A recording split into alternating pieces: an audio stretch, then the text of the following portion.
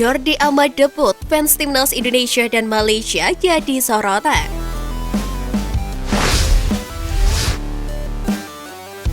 Sebagaimana diketahui, Jordi Amat baru saja mengalami debutnya bersama klub asal Malaysia, Johor Darul Takzim. Dia tampil membela JDT kala berhadapan dengan klub Jepang, Urawa Red pada babak 16 besar Liga Champions Asia 2022. Usai laga, sorotan tidak hanya terjadi pada penampilan Jordi Amat atau skor dalam laga itu. Namun, media Malaysia Makan Bola juga menyoroti kehadiran supporter Indonesia di Saitama Stadium Midoriku. Pasalnya, supporter Malaysia dan Indonesia terlihat harmonis duduk berdampingan di Saitama Stadium demi mendukung JDT dalam laga itu. Hal ini terlihat dari berkibarnya bendera negara Malaysia dan Indonesia. Di Stadion Saitama kemarin juga ada beberapa fans dan supporter JDT yang menyempatkan diri untuk turun ke stadion dan mendukung tim. Yang lebih menarik, ada dua bendera negara, yaitu Malaysia dan Indonesia, serta dua bendera Johor dan Terengganu di Jepang.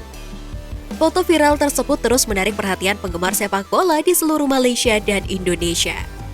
Tulis dari media Makan Bola. Sayangnya, laga debut Jordi Amat di JDT harus ternoda karena kalah telak dengan skor 0-5.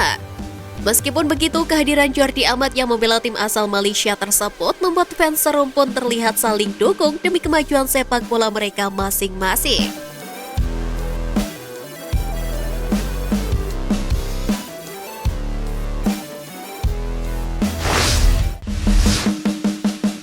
Pemain off-road Indonesia terlihat berkembang, media Malaysia iri.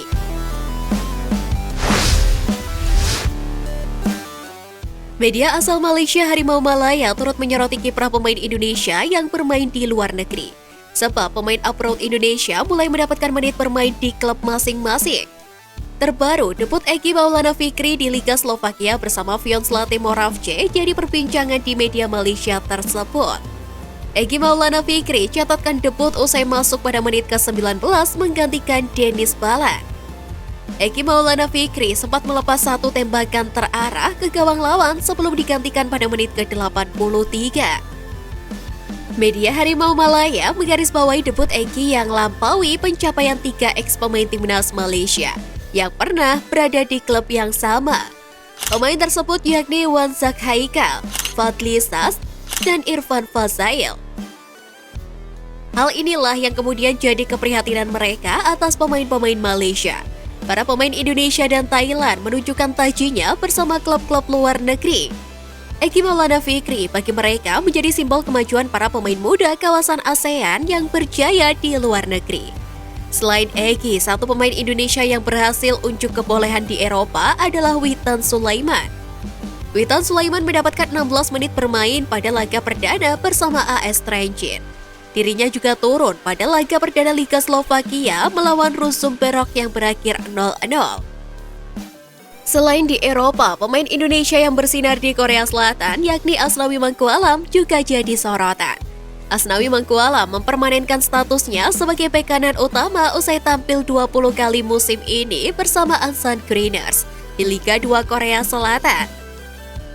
Sementara itu, belum ada pemain Malaysia yang konsisten mendapatkan menit bermain di luar negeri. Para pemain Malaysia gagal memanfaatkan kesempatan tampil di luar negeri saat direkrut oleh klub-klub dari Portugal, Belgia, Bosnia, hingga Jepang.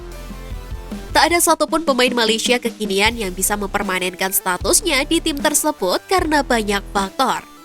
Lukman Hakim contoh terbaiknya. Striker timnas U23 Malaysia ini gagal menunjukkan performa terbaiknya bersama KV Kortrijk di Liga Belgia. Lukman Hakim juga gagal menunjukkan konsistensi permainan yang diinginkan klubnya saat ini dan tim nasional saat bertanding di Piala Asia U23 2022. Karena hal tersebut, media Malaysia tersebut sangat khawatir dengan masa depan sepak bola Malaysia yang bakal jauh tertinggal dengan Indonesia di masa depan. Mereka pun menuntut agar ada perbaikan segera di tubuh sepak bola Malaysia.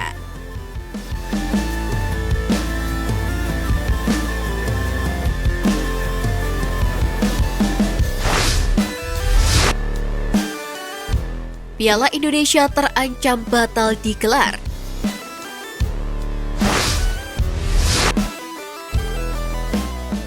Piala Indonesia merupakan turnamen sepak bola tahunan yang diselenggarakan oleh PSSI. Namun belakangan kehadirannya kian terlupakan. Ketua Umum PSSI Muhammad Iryawan menjelaskan bahwa masih belum ada keputusan resmi terkait nasib Piala Indonesia, apakah batal atau bakal digelar tahun ini. PSSI disebutnya masih memiliki beberapa pertimbangan sebelum memutuskan nasib Piala Indonesia. Meski demikian, mereka mengisyaratkan ajang tersebut mungkin tidak digelar menyusul padatnya jadwal. Saat ini, Konfederasi Sepak Bola Tanah Air itu menyebut masih fokus untuk menggulirkan Liga 2 2022 yang dijadwalkan akan kick-off pada 27 Agustus mendatang. Selain itu, jadwal BRI Liga 1 2021-2023 juga cukup padat. Belum lagi agenda tim nasional Indonesia yang membuat PSSI harus berpikir keras agar tidak terjadi bentrok jadwal. Terakhir kali, turnamen yang dahulu bernama Copa Indonesia itu digelar adalah pada musim 2018-2019. PSM Makassar jadi tim juara usai mengalahkan Persija Jakarta lewat 2 leg di final. PSM sebagai kampiun ketika itu mendapatkan keistimewaan tampil di ajang Piala AFC.